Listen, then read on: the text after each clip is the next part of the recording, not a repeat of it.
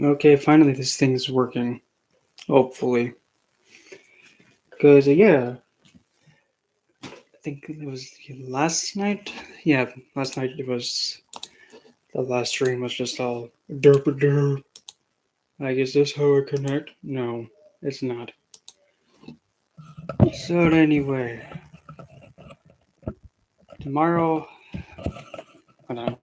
Fix this bloody thing because it wants to go up and down all around and not sit still. Stay put. Milkshake. Sit still. Aha. Now you can't move. Never mind. Hello. That's gonna sound weird if I put it that way. Hello, Rachel. I just like how that sounds. Rachel Heller and Kayla, of course. But I just that's one. Oh, my new book comes out tomorrow. I'm pretty good. I'm just having my usual late morning coffee wake up kind of routine going. I just pretty much submitted the last bit that I had to for my book, my second one, and it'll be officially out tomorrow.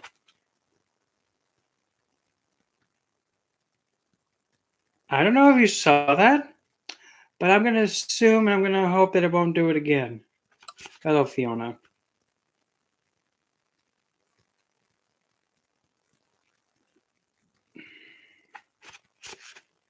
Let's not do that. Let's not, give me a heart attack in like the first minute. Yeah, I don't know if you saw whatever just decided to just be all like, hey. Yeah. My first one was for Lilith, and the second one's actually for the Norse goddess Hel. And actually, it's actually the 5-year mark that I've been working alongside her and have invested with her. So it's essentially like my 5-year anniversary gift, somewhat to her, for putting up with me and all the other things that she has taught me throughout the years. So yeah, I mean, I really hope that somebody else saw whatever the heck that was, because I didn't even touch it. I didn't even touch this thing and decide, oh, turn off. No, turn back. There we go. But yeah, um, it's. I decided to add also something in the end of it, like after when you get through like the whole beginning middle of it. At the very end, it's actually also a component that's like a self-help kind of a thing that actually does incorporate hell in it too. But it's a combination of about her, about the circumstance surrounding when I encountered her, and also how to, in a kind of a process to take any kind of situation that you're facing that you either have trouble with, is a very not so comfortable spot, place of trauma, or anything of the sorts. At the very end, there's a step-by-step exercise that you actually take that, put it out in front of you, metaphorically, not literally, and then you answer the prompt questions to actually try and combat it. So that way, it kind of is filling it more places than one. Like understanding of hell, and then how she came towards me, and kind of to show how suicide can be very. It can more than likely always be in vain. And I mean, my personal account will come and explain that when you read it, or I might just read it when I get my regular what's that called? Proof of print copy that I'm getting in the mail sometime, hopefully quicker than last time, which was like about a month or two. And the the self help at the very end. So it's like a whole. It's like a big thing all all together and whatnot, but without any other thing. So, just like usually, as I always prefer to do, because I can't come up with these live stream topics. Stop banging. Stop blowing the thing behind my, behind my window, would you? That awning thing? Yeah, stop blowing it. Cupcake, I'll go out there and whack you. Don't make me do it. But anyway. So, yep, So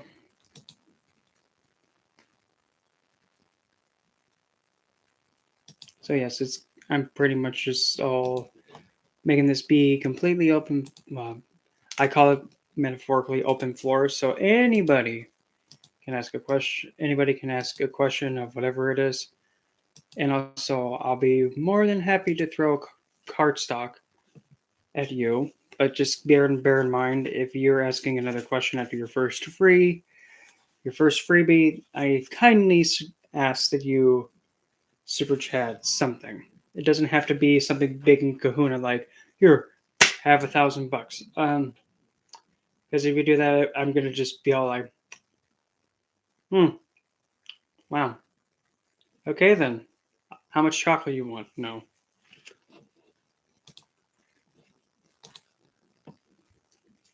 Yeah, let's just say it was kind of difficult to write. Like, here. This is just like the rough draft of it all. And yeah, that's that too. Let's see here. And it's a little bit more, it's like $5 more than my first book. Yoo-hoo. Can you stop blowing that hard, hon? Please don't blow like that. Mother Nature just being all like, oh, I'm going to blow and distract you. Now's not the time, guy. Now's not the time for that. Easy there.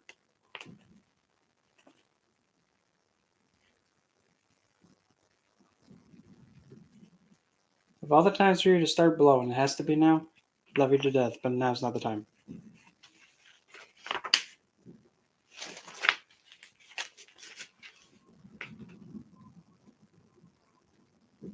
I don't know. Can you guys even hear that wind?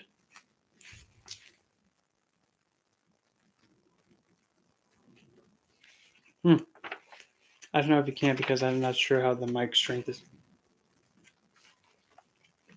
And that's like one of the biggest disadvantages of. Okay, I was gonna say, yeah, it's kind of loud. It's like a ghostly.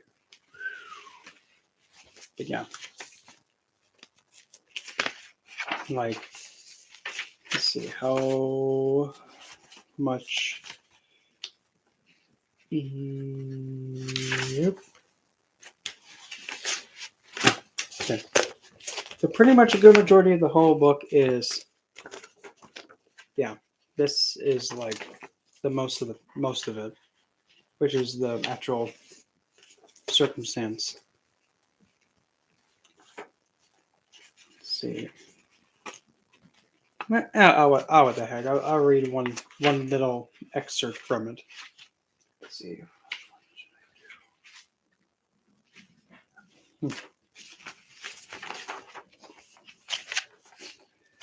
Since it's actually about hell, I guess I'll just like read one of the Scooch the Tush.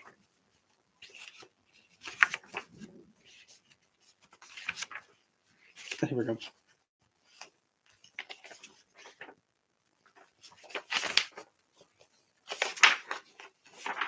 Dang it, where the bloody heck are you? Oh, right there. Right at the last page. Okay, there's that. There's that.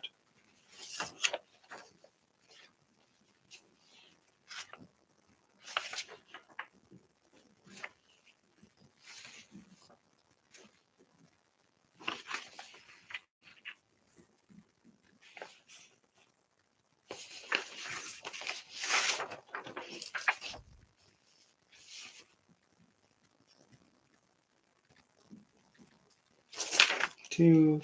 Okay, I just had to get all these pigeons lined up. Okay, so here we go. So, and this is what I mean. It would be in color too for this, like the title page, but for some reason Lulu was just all like, well, for some reason, the margins are not correct, and it's not uniform, not like a universal footer, header, and margin thing for the page. So because of that, we can't do it. Sorry. So I had to like completely butcher this idea and move this up and change the background color because Lulu. Anyway, so the one I will read, yeah.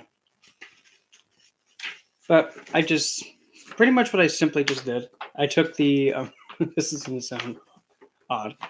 The way that what I used is I took my first book and then I just kept the same template and changed everything, like the mythological story, because it's kind of in the same sequence except the personal and the other bit. And on this book, it doesn't have like Lilith's book does, the opening prayer and closing prayer. Point being because with Hell, she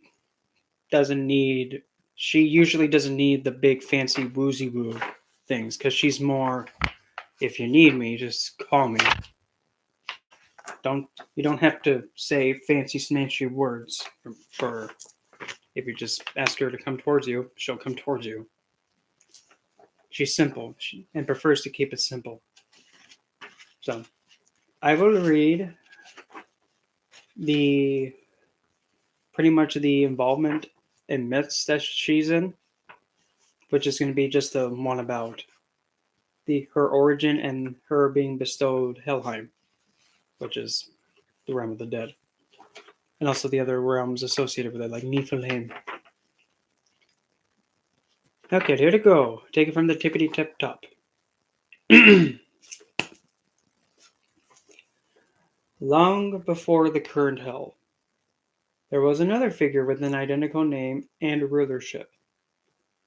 Although there is no, there is near next to none in terms of information about this hell, but what we do know is that she was associated with the earth and the cycle of life and death.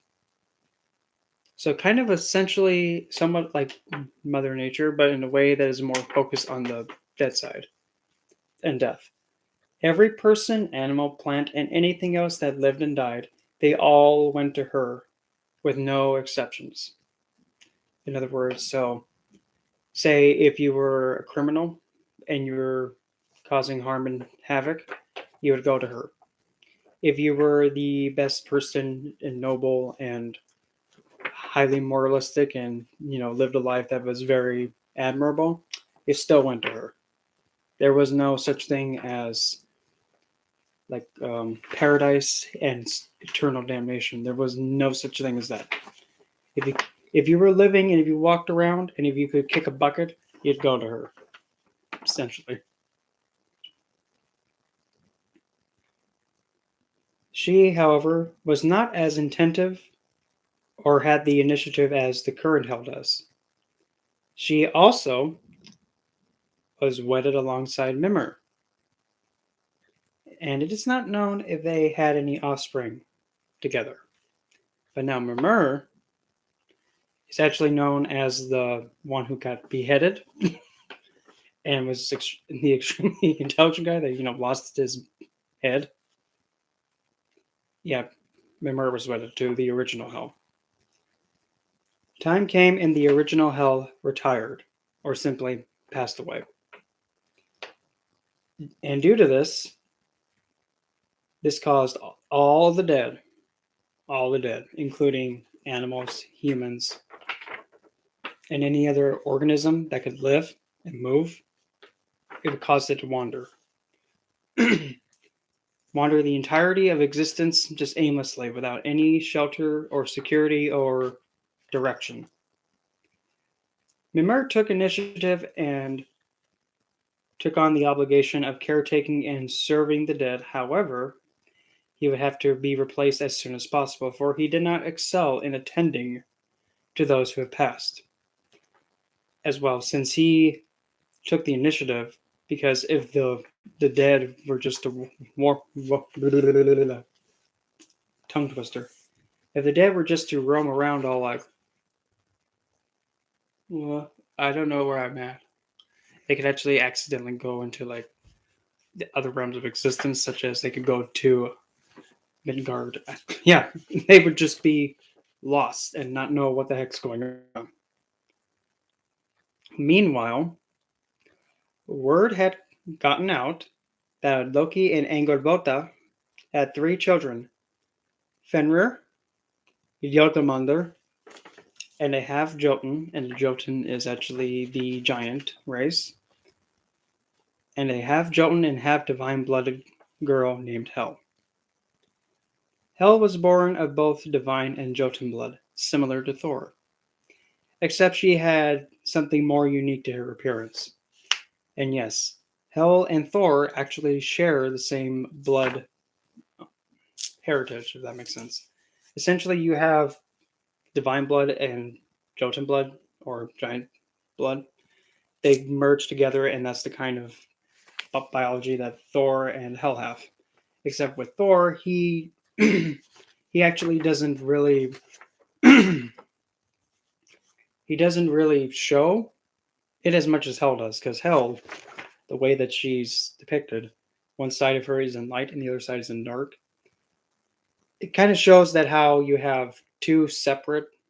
You have divine blood, which is metaphorically the light side, and then you have the Jotun blood, which can be tied to the darker. You can see how when it tries to mix, it just doesn't mix. Just as an example, to show the differences. On her left, look at that. I'm going to talk about it. On her left side, it was revealed in a vibrant and glistening appearance. Her hair flowed with a golden ice white shine. Her eyes, one eye, her eye aquatic blue, the skin flawless, healthy lips and snow white pearl teeth, and her complexion was flawless. While her right side was in shadow and darkness. Her hair jet black, her skin was decayed and rotting to the bone. No eye, part of her jaw was missing. Her entire right side was mixed between rotting skin and bone and was only dead weight for her to bear. Yep. So imagine one side being just in the light, looks pretty much the most beautiful sight you could ever see. And then the other side is covered in darkness, shadow, and it's dead weight. So you can kind of see how one side is functioning and the other side is just there and it's just not even really functioning. And it's just dead weight. Odin demanded the children be brought to him, and to prevent the calamity of Ragnarok from happening. He casted Jormungandr into the ocean, into the sea, had Fenrir bounded, and as for Hel, there are 2 variations of what happens next. Option 1. One option states that Odin grabbed her by the throat and slammed her down to Helheim, and by default, she made it her home. I don't like that one. And I kind of don't resonate with that one. While the other, of course, phenomenally more humane and admirable, Odin approached her, and with each step, Hel remained looking downward at the ground. As soon as Odin stood above her, he reached for her, but stopped and retracted his hand. He then asked her to show me your face.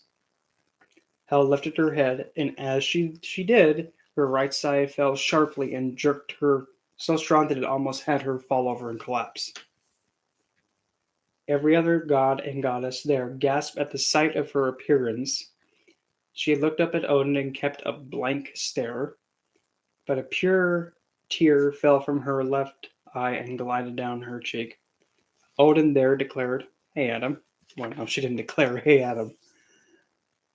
Odin then declared, "She is to be among us, for she has divine blood like all of us. She is to be in our domain." The other divines uproared in opposition, but Odin demanded her to be allowed in. Whenever she made an attempt to approach or be anywhere close to the others, every time the other divines either stared at her, ignored her being around them, or simply moved away from her. She was kept at a distance because of how she naturally was, just by her appearance. Time after time, the vibe of being outcasted and shunned, all of it began taking a slow and emotional decay within her.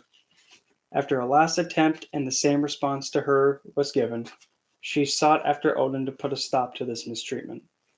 She found Odin within his hall, and he was consumed with philosophical thought. She limped up towards him, and she broke his trance-like expressions by saying, "All Father, I want out of this place." Within a second, Odin snapped out of his meditative gaze and was now in a shocked, stunned state. Stunned like.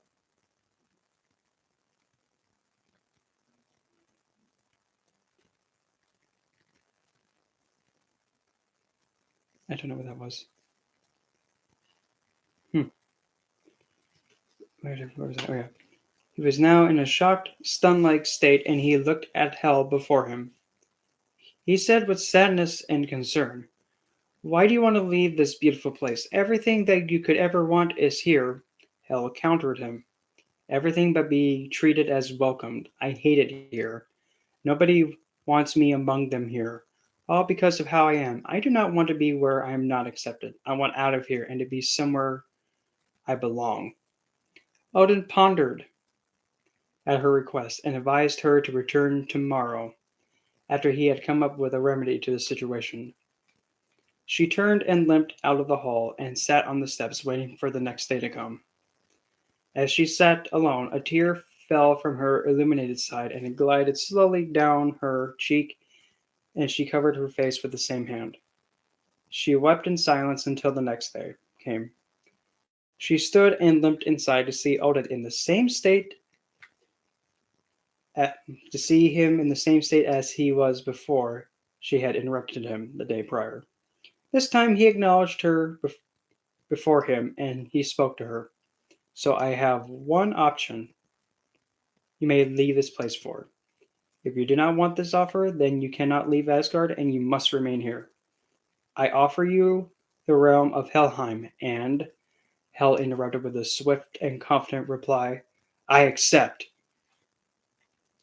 Odin then informed her, "Helheim has the responsibility over them." Hel finished his sentence. Over the dead. No.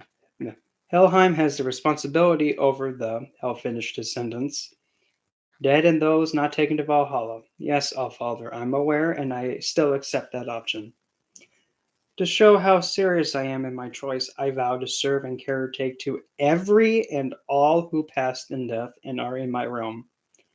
No dead will feel turned away, no dead will be forgotten, and most certainly no dead will be seen as their dishonor or any blemish they have on their being. They all will be my people.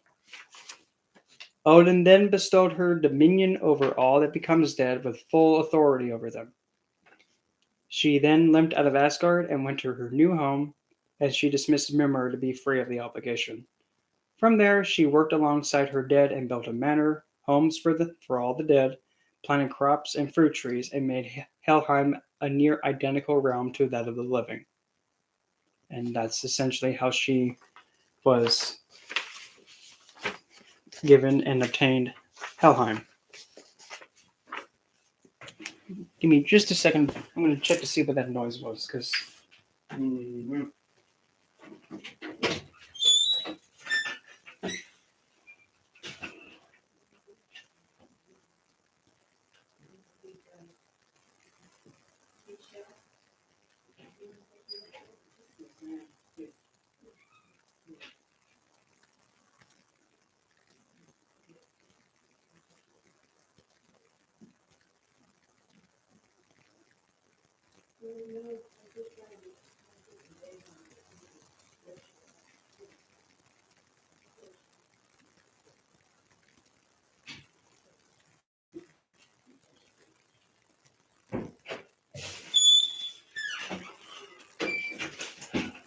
Okay, I have returned. And when I'm over here, I figured I'd also bring. Oh wow. Well,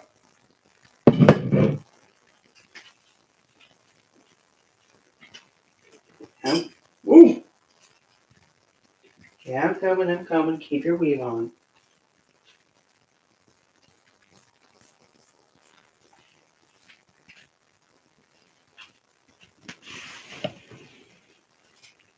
Yep, and a lot of people actually don't know that in the Norse mythology that there are some alternative um stories to. Well, of course, then again, that's like with almost every kind of cultural.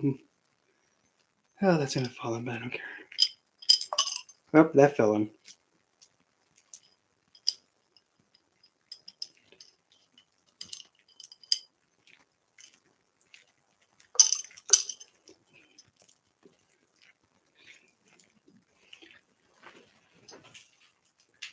Yeah, because usually a lot of people think that hell was just simply just casted out and thrown down there by Odin in kind of an uncalled for manner. Even though I kind of don't like that take on it because it kind of shows that well, if Odin's supposed to be an all father figure, I would think and I would hope that he would lead by example and not do that. But again, that's just me. That's my take. Because if there's a divine figure, usually more than likely, this you would hope that a divine figure would do the right thing. But I also got myself get get in there. Uh-huh. Yep, I got my Heinziths for the year again. Stay put. Don't fall. So yeah. Hello.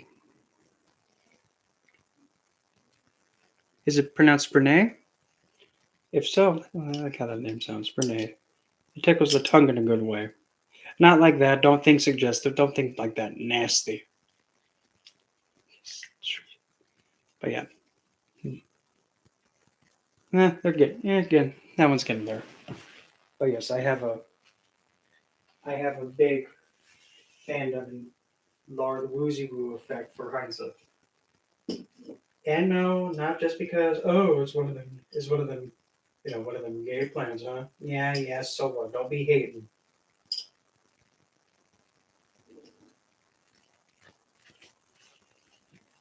There's that one. Here's the other one. This one's the tallest out of the three.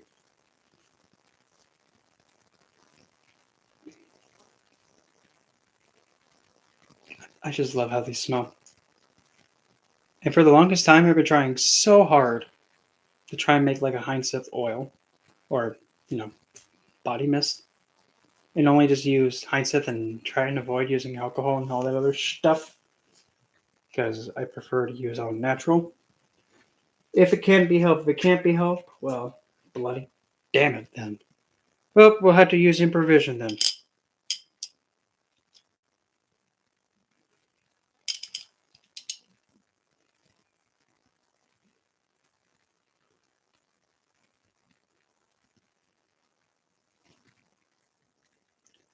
Yes, she is. Hell and Lilith, they do have a lot of similarities, especially the aspect of both of them have rulership and are associated with caves. Brienne. Okay. Got it. Got it. Yeah. Though possibly a difference between them is Lilith pretty much self-exiled herself to not be mistreated and looked down on and having to be forced to do something she didn't want to do. While Hell, she well, I mean, either being exiled in like the one that's a commonly known myth about, Odin grabbing her and throwing her down to Helheim, or her just taking Helheim from Odin offering to her. But then again, but one of the big differences between Hel and Lilith is that Lilith is more focused on the empowerment of the self and not really being concerned about the standing of others and how they are, because she's all about empowerment of the self and not really letting anything slow her down or get in her way. And if she wants something, she goes after it. She doesn't get stopped by anything. While Hel, on the other hand, is more focused on I'm still here, I still exist. I'm just putting the signs back. Keep your weave on. While Hel is more focused on the servitude, the caretaking, and actually helping those who have passed over, but also helping an individual face the parts of them that they don't want to face, or the parts of them that are holding them back. That's why she reflects back whatever inner truth that somebody has about themselves. So say if somebody has something about them within that they're like, oh, I hate myself because of this. Oh, I'm so horrible for doing this. I made this mistake. I can't believe I did this. Or any form of trauma. Hell actually takes that and embodies it by becoming more decayed. Or if they're more accepting of themselves, she becomes more radiant and beautiful. But usually, when they're still holding on to something like that, she embodies that decayed, mortifying appearance to kind of reflect back to them what internally they're still holding on to and they need to address. And also, Hell is more.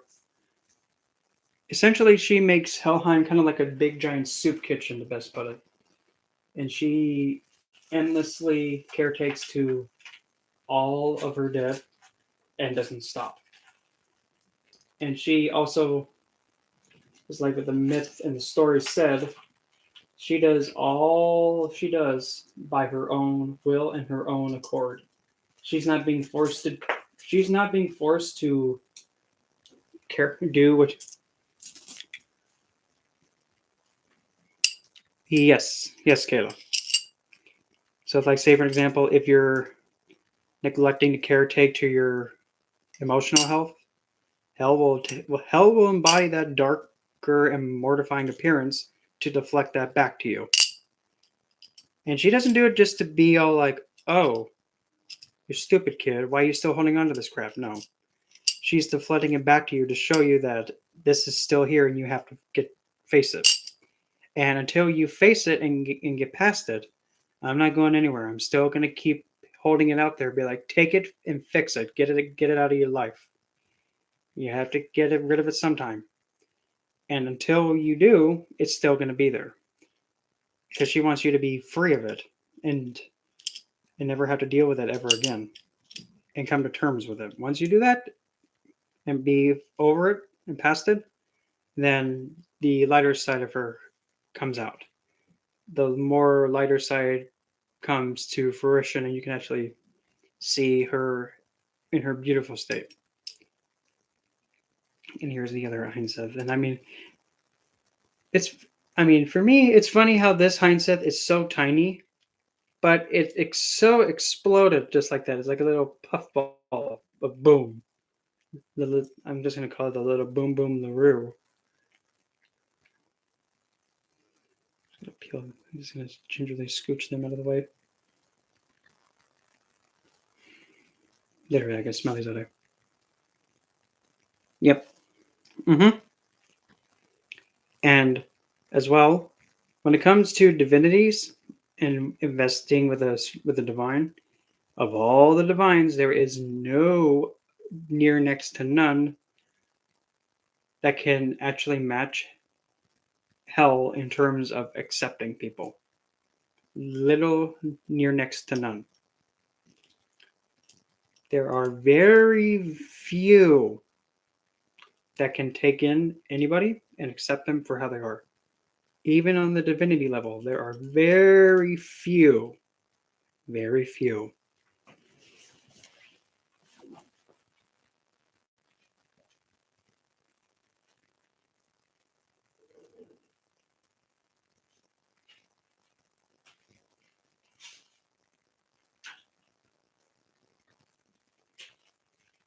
Yes, I'm still here. Keep your head on.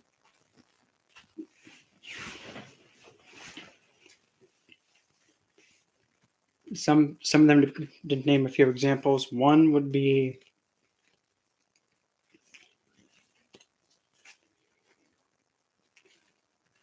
Shukacharya. Shukacharya would be another one.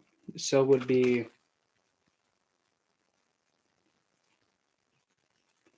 actually Yahweh is not one of them. Yahweh is not one. He he has he pretty much enforces the idea of like you have to believe what I want you to believe, otherwise, no, you're gonna go and burn and suffer. That's not acceptance of everyone. Mm-mm. Satanus is one. Yep, Satanus is one. But the thing is that just because he accepts you does not mean that he chooses you. There's a difference. Like I said, Sugarcharya is another one. Shani, not really that much.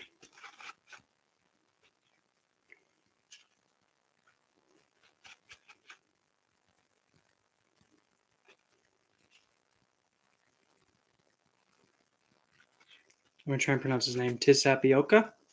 I think that's how you pronounce his name. He's another one.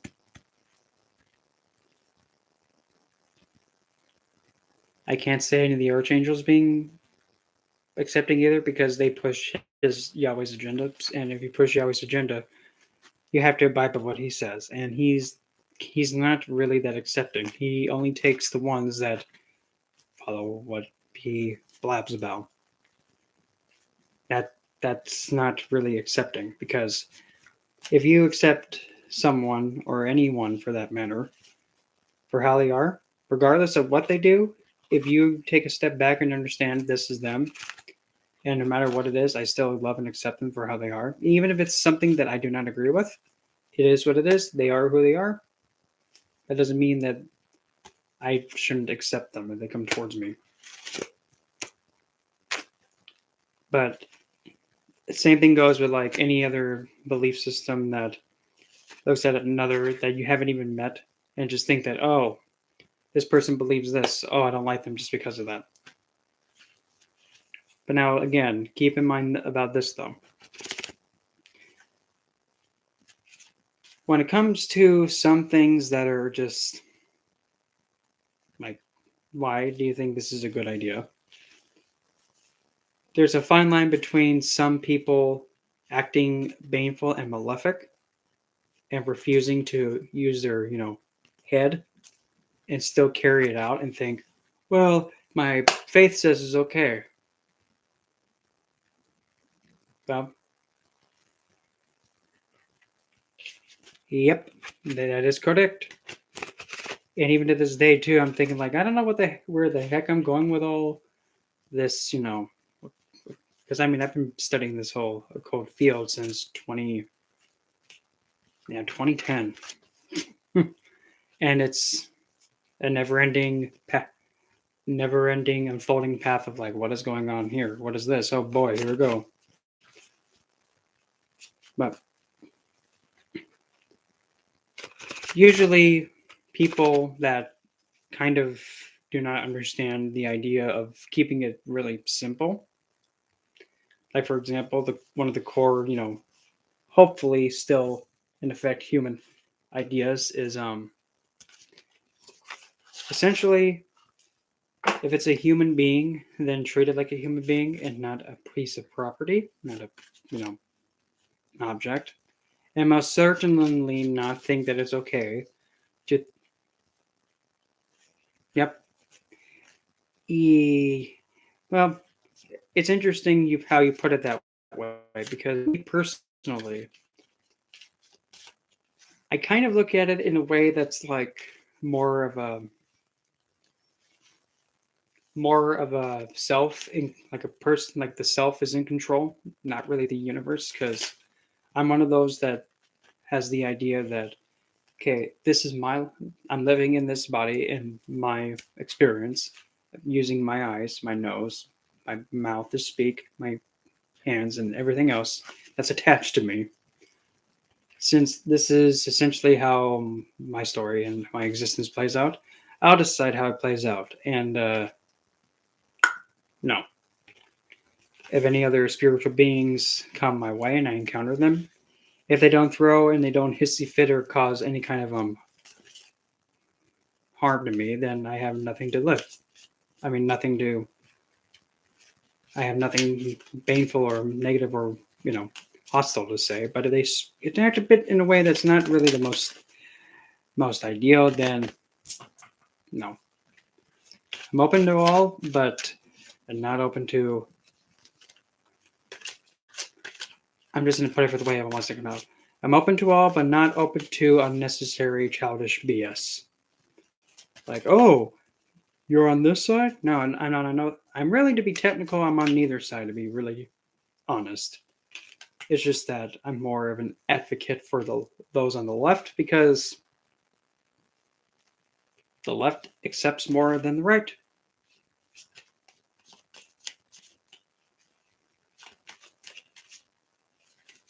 Mm-hmm.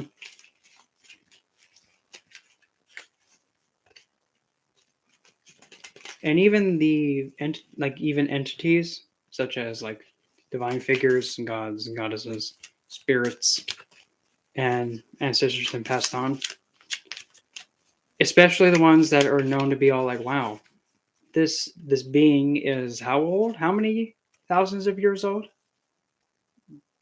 I don't care. I see them. I see them all as an equal.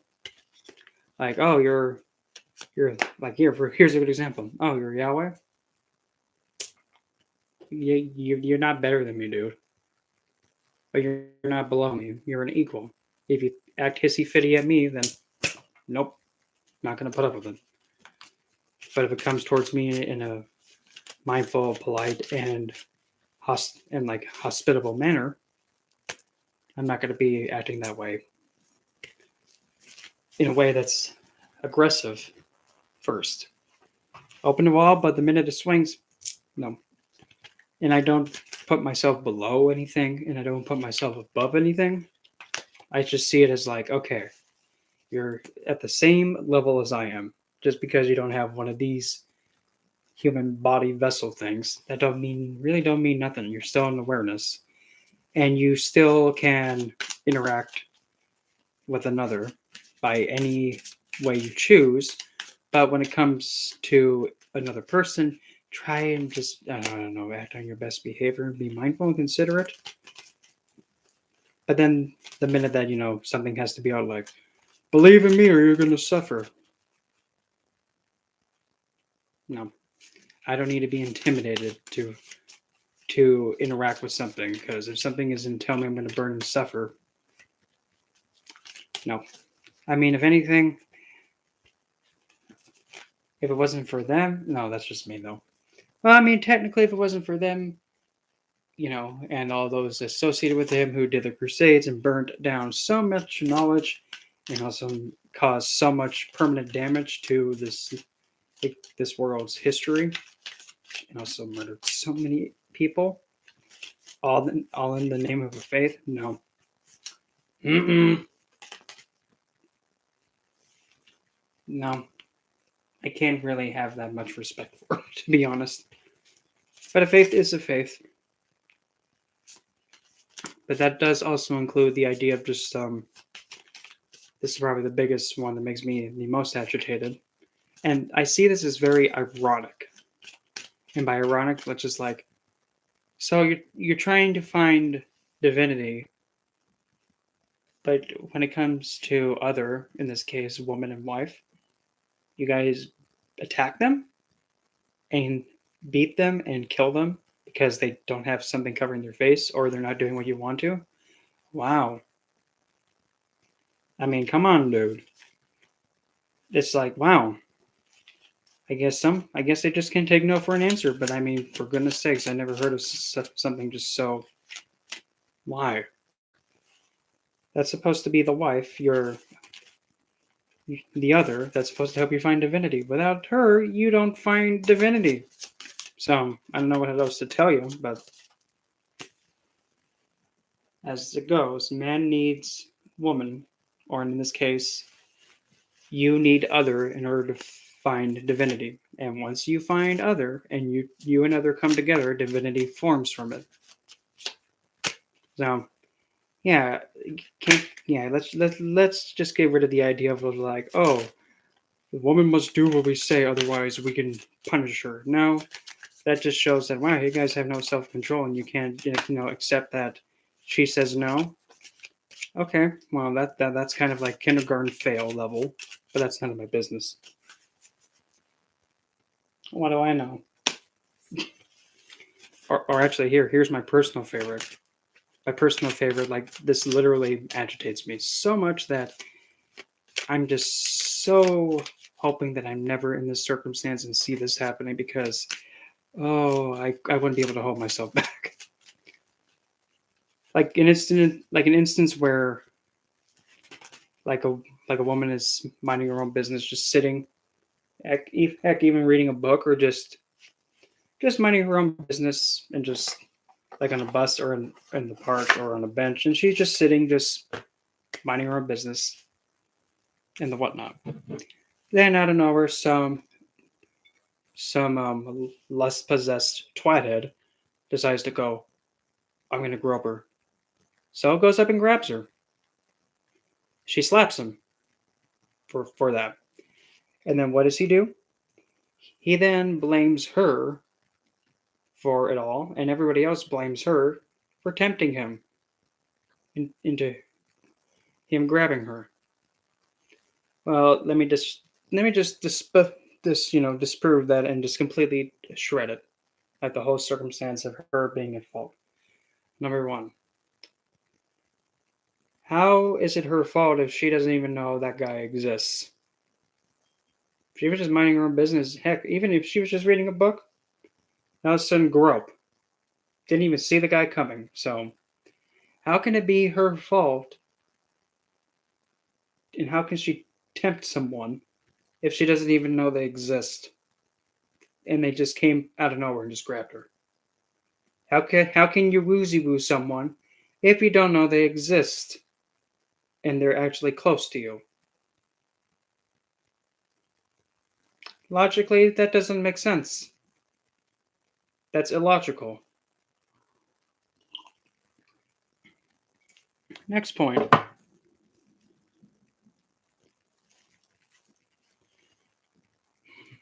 Next point. And I know the men are gonna like this one, but hey, it's the truth. Okay, here's one. Who had the body part that decided to point at her? I'll put this to my mouth so that way we can all hear it. Hopefully, it won't be too loud. Who had the body part that decided to point at her? I'll give you a hint. It wasn't her. She doesn't have that.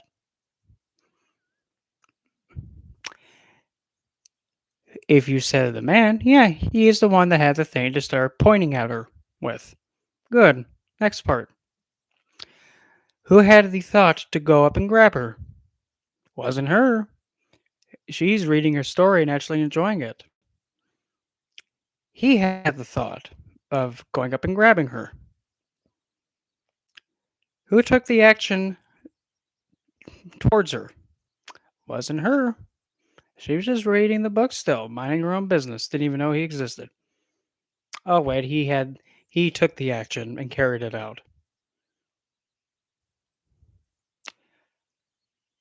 So, logically, that makes sense. The man sees a woman that he gets woozy wooed on his own accord. He he has the thought to grope her and acts on it. The woman still reading the book. Regardless of how she's dressed, it does not matter.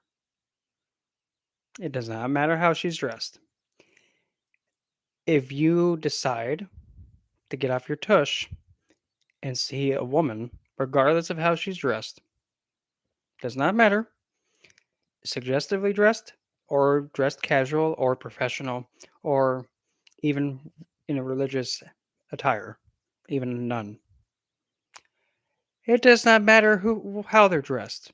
If you go up and grab them in a way that's unacceptable and not consented and kind of rude and uncalled for and kind of vulgar, it's not her fault. No, if anything, it's the guy's fault for thinking that he can act like a lust, horny twathead. I think it's okay to go up and grab a woman because something below his stomach is pointing at her.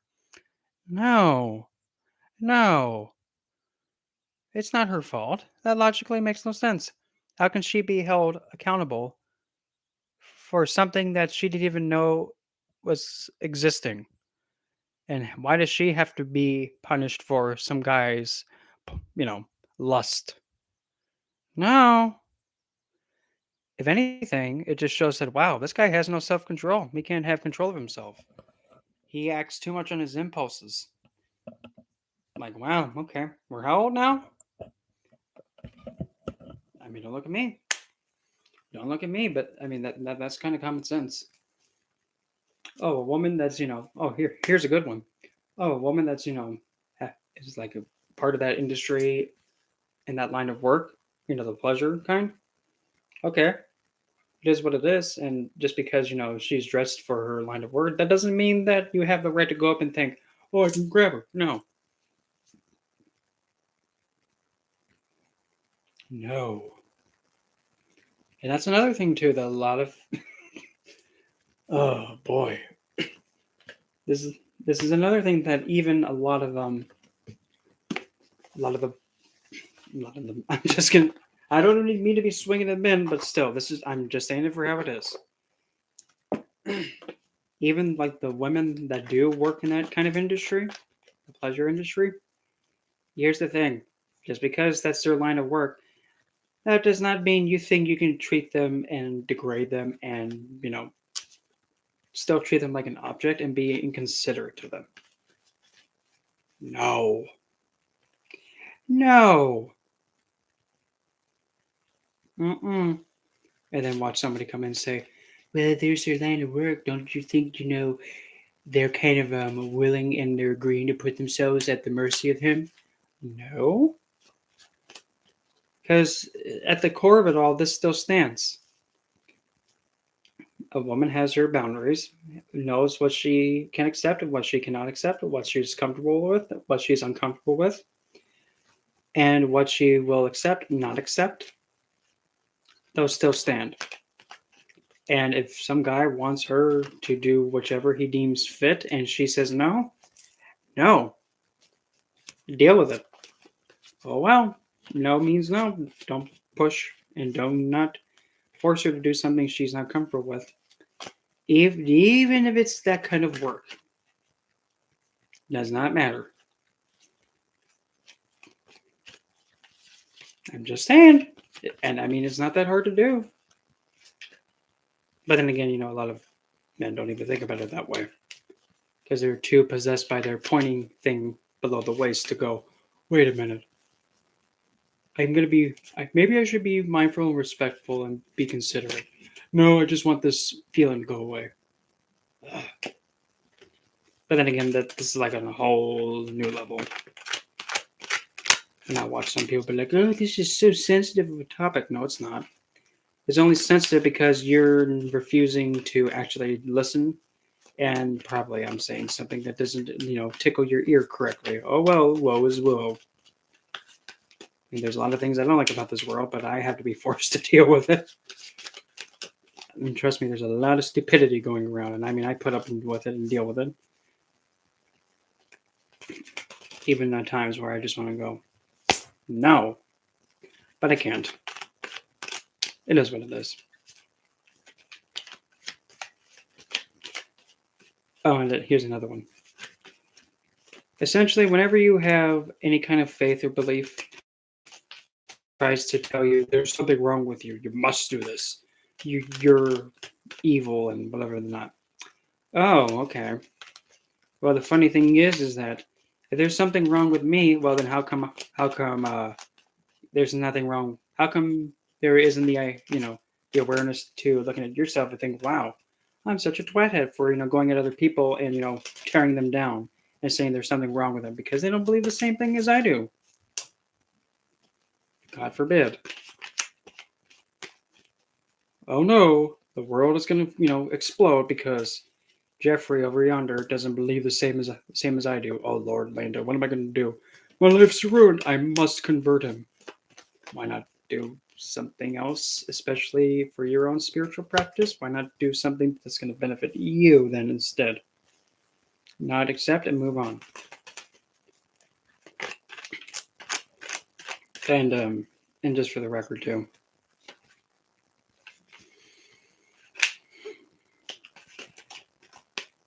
For those that think it's still a-okay to swing at those who are on the left-hand path, and also of the entire satanic umbrella. That's why don't we just keep it nice and simple? Satanism is a religion, and it needs to be recognized as one, and as a belief system, just as on the same par to any other faith, including anything Abrahamic, anything that is still being practiced. It's a world. It's a faith that needs to be recognized and accepted and respected. No ifs, ands, buts, or tushies. You don't have to like it. I mean, there's a lot of things I don't like about it either, but still, it still needs to be accepted. Same thing with the Abrahamic stuff. It is what it is. It exists. Do I agree with it? No. But I acknowledge it exists. And believe it or not, fun fact, many stereotypes say those that practice Satanism and all those on the left-hand side, they all have the same stereotype saying they're evil, they sacrifice animals, they kill children, they do all of these horrible things. I have yet to meet one person who does all of that. Because I haven't met or even encountered one yet. Those who I did encounter are the complete polar opposite. Most considerate, wise, and actually people that I look up to. Yes. If anything, it's like, oh, the right is pretty much indirectly saying that, oh, this is what happened with us. Okay. But, it's a form of projection that they're doing. They're refusing to acknowledge the fact that, oh, our faith actually did this, not us.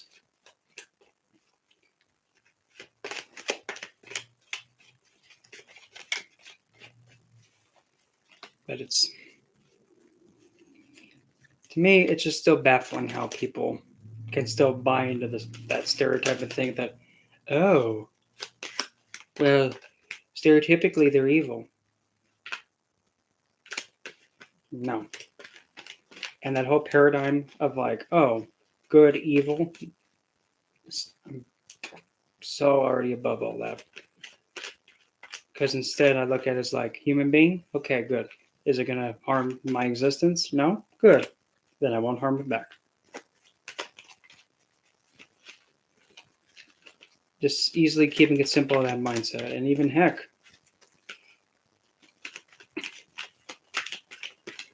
what's even more funny is this. If one can actually be able to understand that, oh, a person, oh, they believe something completely different from me. Oh, they have a different faith system as me. Or they actually believe in the faith that is actually known to be like an enemy or an adversary to mine. So what? Are they causing any harm to me? No. That they're a good friend and they're sharing a lot of intelligence and they actually want to become more knowing of my own belief system, and I kind of want to share that connection. If that's the case, then perfect. Then, in fact, I have heard of mainly only really one other individual to have only one that I can think of off the top of my head, and she is wedded to a still Christian man. And I mean, here's the thing: if she's a practicing Satanist and he's a practicing Christian, if they can make it work together and they still keep their closeness and maintain their vow and still be there for one another as husband and wife and still keep it strong, if they can do it, how come the whole world can't do it? I mean, really, it's not that difficult. I mean, to me, it's not that difficult. It's just like, oh, my spouse figure or significant other is having a different faith and it's the complete other end of the spectrum than the faith that I believe in. So what? It's her faith, his faith. Does not matter because that's my significant other. And because since it's my significant other, I took a vow to stick. Good, bad, dreadful, or even the harshest of times, or things that make absolutely no sense. I'm sticking. That's the point of marriage and unionship. Because that commitment and connection and that devotion to other, it's not meant and is not intended for it to be all the absolute perfect for you. It's supposed to be being there and sharing your life with this other person and ensuring they get to their metaphorically spoken spiritual ashram, or essentially go through life and experience it the best that they can. So that way you both can find liberation from this hot, heavy mess of a place called Earth.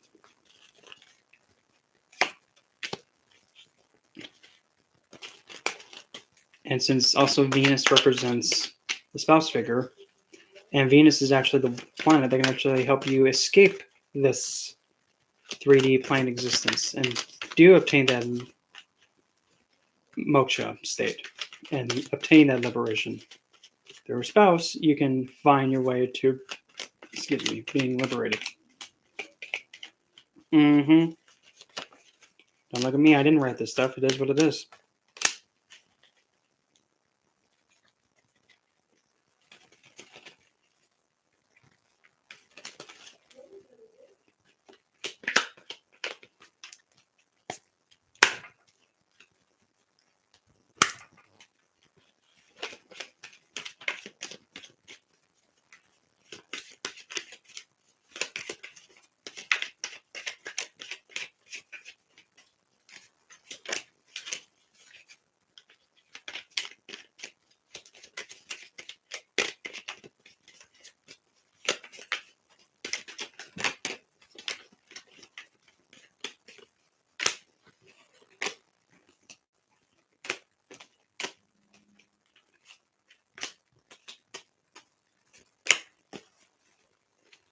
Hmm.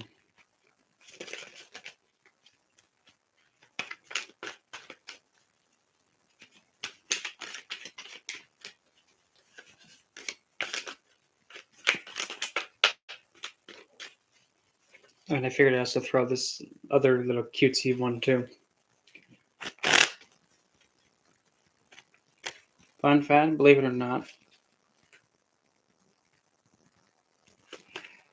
sin's an opinion.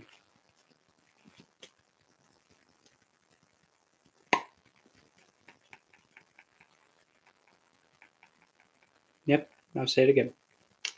Sin is an opinion. Mm-hmm. Mm-hmm. It's not fact. Because what's sin to someone else may not be sin to somebody else by another. What I see as quote unquote sinful may not be the same thing for you as seeing as sinful. What I see as, pure and Deva may not be the same for you. And it may not be the same vice versa. That's that point of perspective. And the thing is that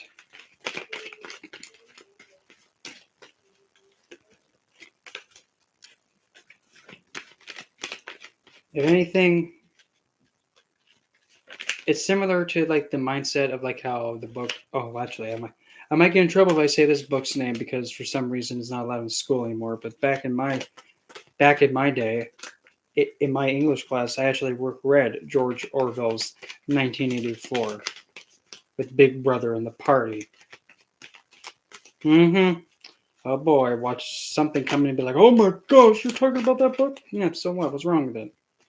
What you got against George Orwell in 1984?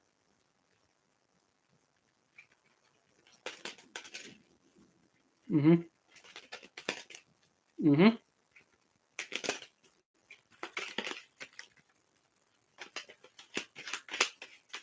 1984, George Orwell. It's it's kind of showing like how big, like the idea of Big Brother and how everybody's being watched and all this stuff. Yeah, it does kind of show the idea of like how. Well, I mean, to be completely honest, the ones that are in power, what do they usually do? The ones that are in power, and what do they usually do to ensure they stay in the power? They keep a spy and they watch and they intimidate those who are not in power, like the civilians or those who are part of the people. They keep a watch on them and they give them this sense of fear, dread, and anxiety. That's what they do. They scare people and they try and push them to do what they want to keep the order and to keep them in check. But the thing is, when they do that, here comes the next issue. It doesn't look like it on the surface, but yep. I don't. That book is not, for some reason, not being allowed to be talked about in schools anymore for whatever reason. Same thing with the To Kill a Mockingbird. I mean, even if you mention that book now, in some parts of the states, some people be like, "Oh, that book is racist." No, it's not. It's not racist. You know why?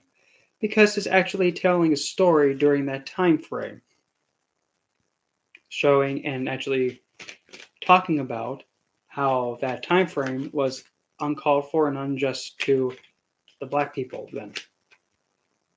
If anything, you should be cherishing and actually keeping that book in high regards because that's part of the history of this nation.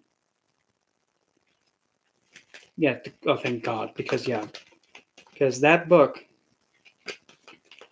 just shows some of the unnecessary cruelty and just injustice towards black people in that book. Because it's just I'm just gonna put it out here, and I know somebody's be like, "Oh my God, he's racist." Well, I don't care. You're just stupid, and you just don't understand what I'm trying to say. So, off with you. Put duct tape on your mouth and piss it. Yeah, and lots of movies and all that too. But anyway, the thing is, if you have the last thing you want to do if you're trying to advocate for a group of people that have gone through hardships in a country or a nation or a group of people that have struggled or have gone through so much turmoil and mistreatment and cruelty and barbaric treatment. The last thing you want to do is get rid of the nation's history of showing of what had happened. Because if you destroy the history and proof of it all, it doesn't exist. And if it doesn't exist, you can't hissy fit. You can't hissy fit because you do not have the history to stand on. That's just common sense.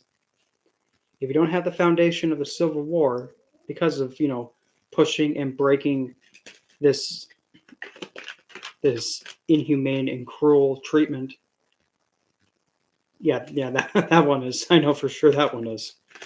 But still, if you destroy and take away the history of the Civil War and the slave treatment in the Underground Railroad and all of those historical incidents and facts, you can't stand on the now calling things racist and advocating saying that, even like with BLM, Black Lives Matter, that can't stand because the history of it showing that they suffered is gone.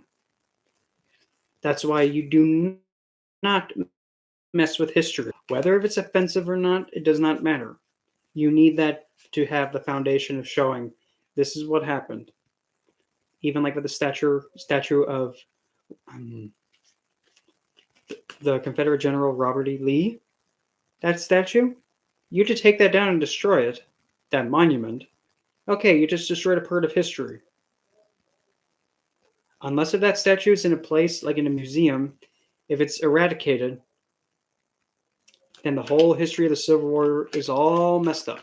And do not, for the love of good Lord Lando, do not just erase that part of history because, like, oh, it's offensive. No. Because now you know what else you're doing by erasing that history? You're going to each soldier that died in that war, including the ones that served that were black, you're going to each and every one of them and slapping them in the face saying, oh, you didn't exist. Yeah, it is not just a statue, but still. And there's even more to that. But there are some places where even like the Confederate flag, to me, that should not be flown, in my opinion. But however, it should be preserved as a historical reminder of this is what we went through, this is the lessons learned, and what we shall not do again in the future. Let's learn from this and look back on this in the future as we progress and remember, so that way it doesn't happen again. But when you actually discredit and pretty much tell those who passed fighting for the rights, if you just erase them from history and pretty much tell them, oh, you didn't exist, no, because to me that makes me think, oh, okay, so if you're not going to acknowledge those who died fighting for this, no, your voice and opinion doesn't matter. Even if it's like being like, oh, racial, no, it's not racial, it's just that you're refusing to look back on the history because, oh, so sensitive. History is not meant to be all cupcakes, rainbows, and everybody singing kumbaya. That's not the point. History, at the core of it all, is to learn about the past, understand the past, what caused it to happen, why it happened, and how then to take it in the present, and then how to navigate for the future and to avoid from the bad things that happened in the past from happening again. If you don't have history, you have no idea how to go forward into the future. And all you can do is do trial and error. It is what it is. I mean, there's a lot of things I don't like about history either, like the Holocaust. Do not like how people had to go through that, but it happened. And if anybody just says like, "Well, the Holocaust didn't happen," get pushed off a cliff. Nope, get pushed off a cliff. Nope, because you're not going to be telling all of those people that were mistreated and cruelly just tortured and treated like worse than cattle, that they're suffering and all they've gone through. It never happened. No. No. That's kind of a little sick in the head. No.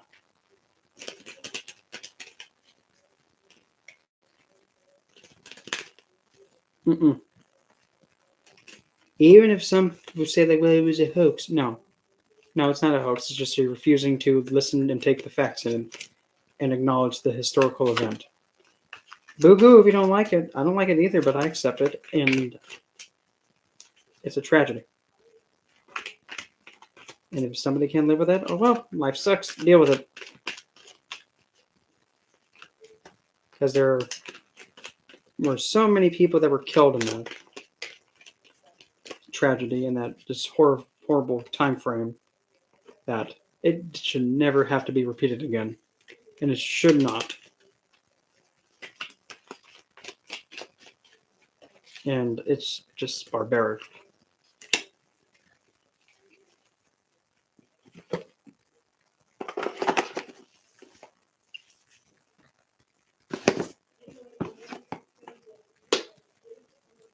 Yep.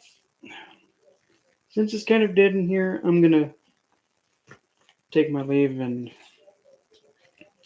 do like my daily meditative things and whatever. But tomorrow I'll post the link to my. Yeah, Caleb, that war. Oh man. Oh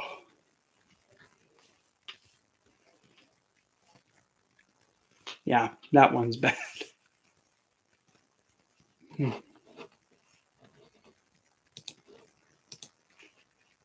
Well, yeah, I'm gonna take my leave, and I'll talk to you guys later on. And tomorrow, when my book gets officially released, I'll post about it and give you guys the link, so that way, if you want it, you can go and get it. But other than that, be good, be safe. If you do something crazy, make sure that you don't get caught. Yeah, you won't get caught.